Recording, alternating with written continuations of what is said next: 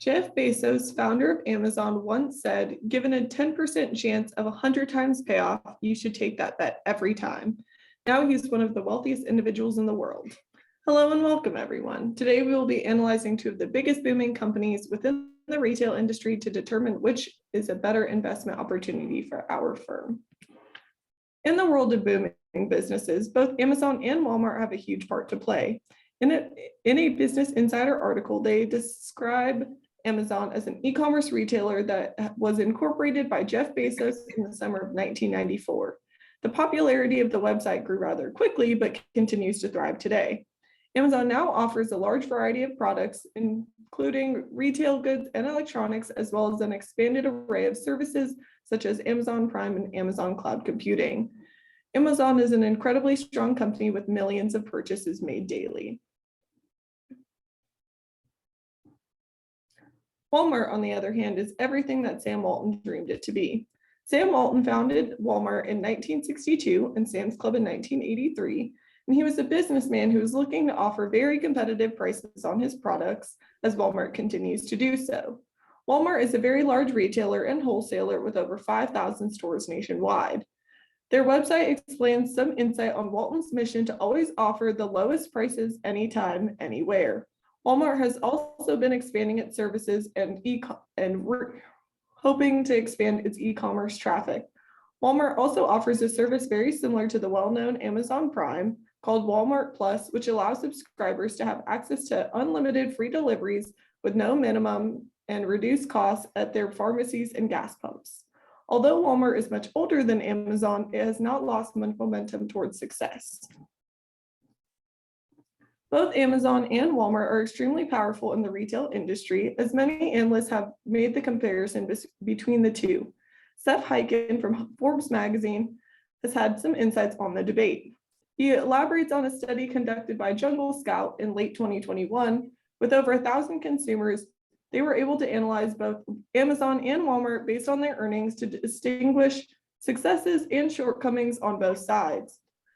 This survey was conducted to compare the retailers on various criteria.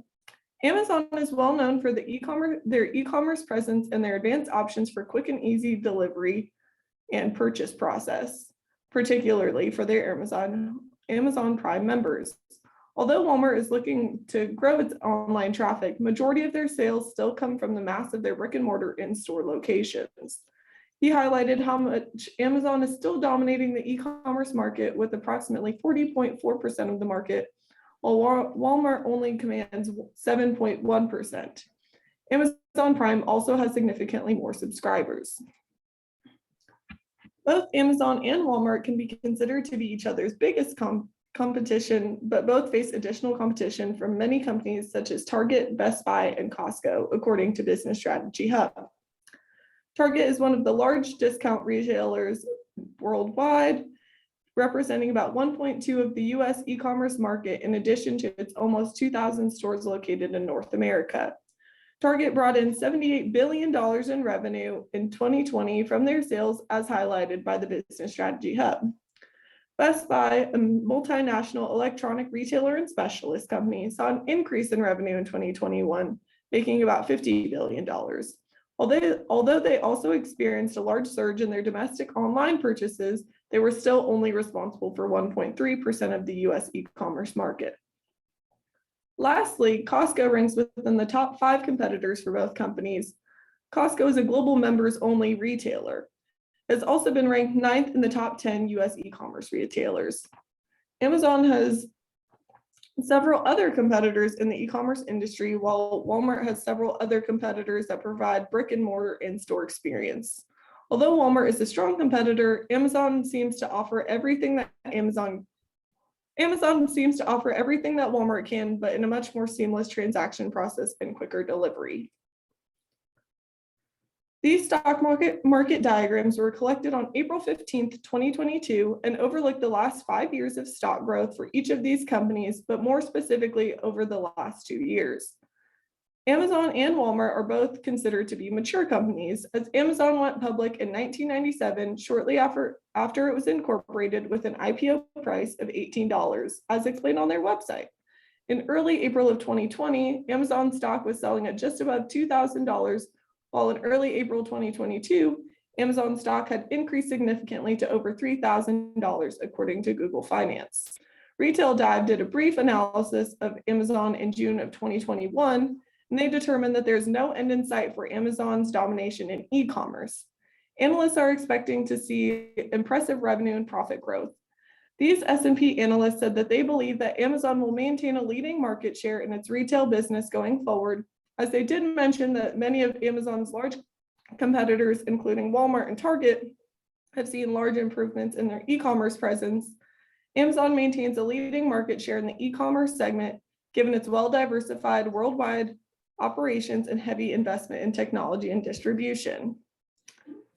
In contrast, Walmart's investment potential is more difficult to analyze because there are heavy benefits and disadvantages. Yahoo Finance shares that Walmart Incorporated will be increasing its dividend at the end of May 2022, just to about the industry average. Yahoo Finance mentions that a dividend needs to be consistent over the long term because it ensures stability. Despite the growth the company has experienced, the dividend has not increased at the same level. Investors Business Daily also performed an analysis on Walmart Incorporated and determined that Walmart has outperformed its expectations for the fiscal quarter, but the size of the company may not be to its advantage, especially while having Amazon as its largest competitor.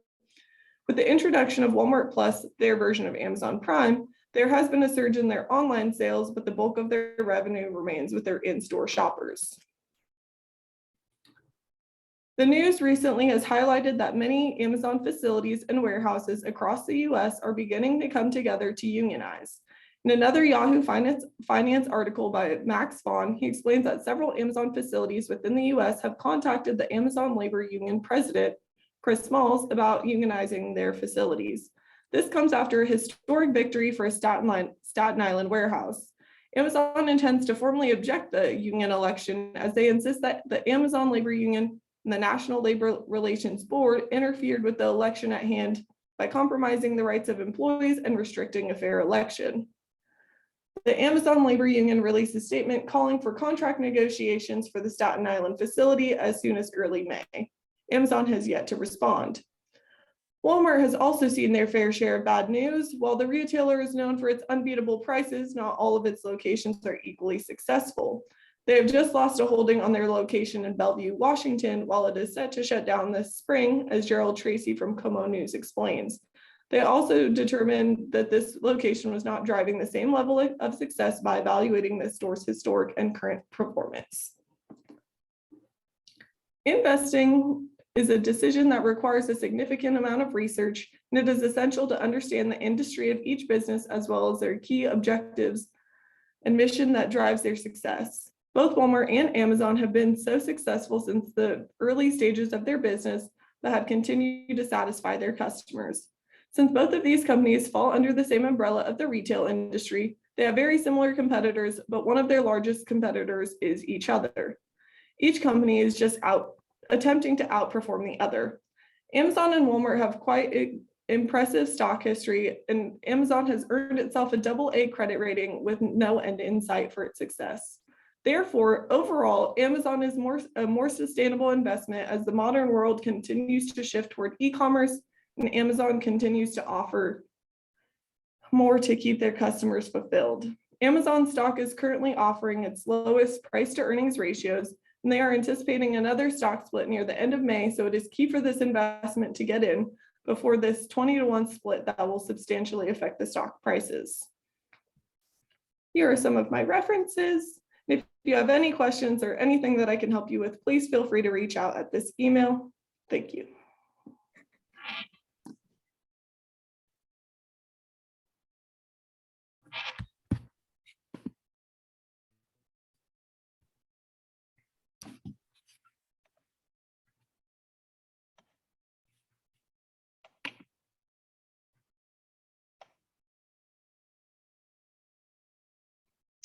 Good morning, everyone. I hope you've had a great start to your day. As you know, I've been tasked with choosing 2 publicly traded companies to compare and see which one would be the best for the firm to invest in. So I have chosen Apple and Amazon. The overall goal of the firm is to increase our investment portfolio by bettering our passive income. Before we take a look at the companies, we need to establish a basis of factors to look at while analyzing key differences between the two companies. That's how we will choose the best suited company for the firm. These factors include size and background, market position and growth potential, the ability to compete with other companies in the market.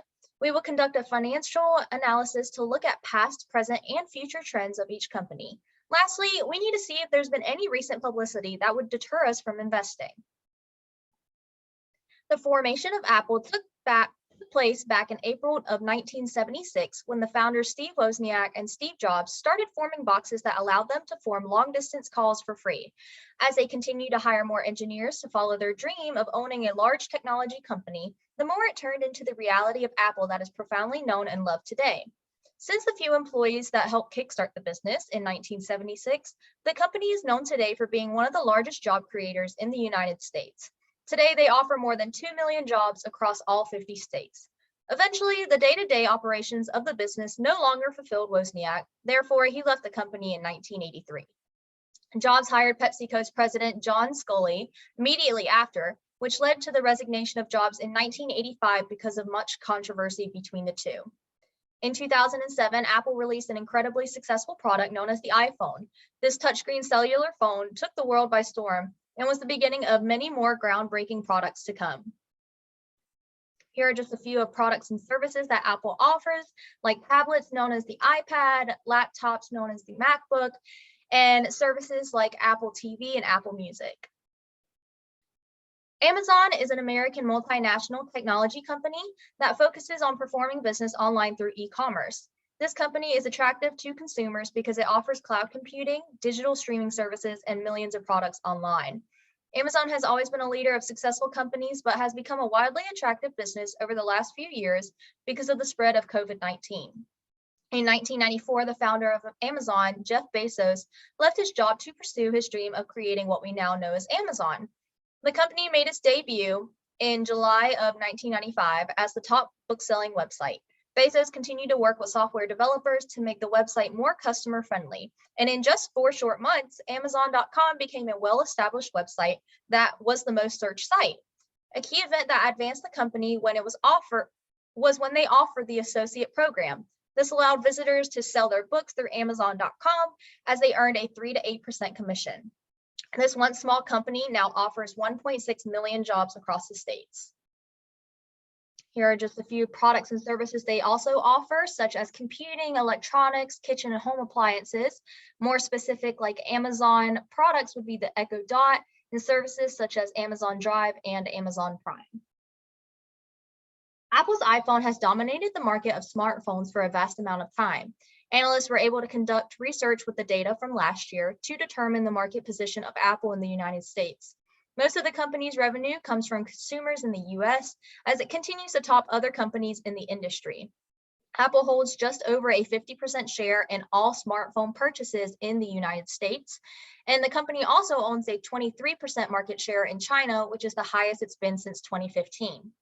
Amazon ranks as the leader of e-commerce sales, and Amazon Marketplace, where third-party sellers can sell their products, holds 25% of the market share in the US, while Amazon as a retailer holds 17% of US sales. Roughly 44% of the e-commerce industry is dominated by Amazon. Amazon has an advantage over Apple in terms of growth potential because of the variety in products and services that they offer to their consumers. Apple may be the leader of the market, but there are a few competitors that offer their own products that compete with the sales of the company.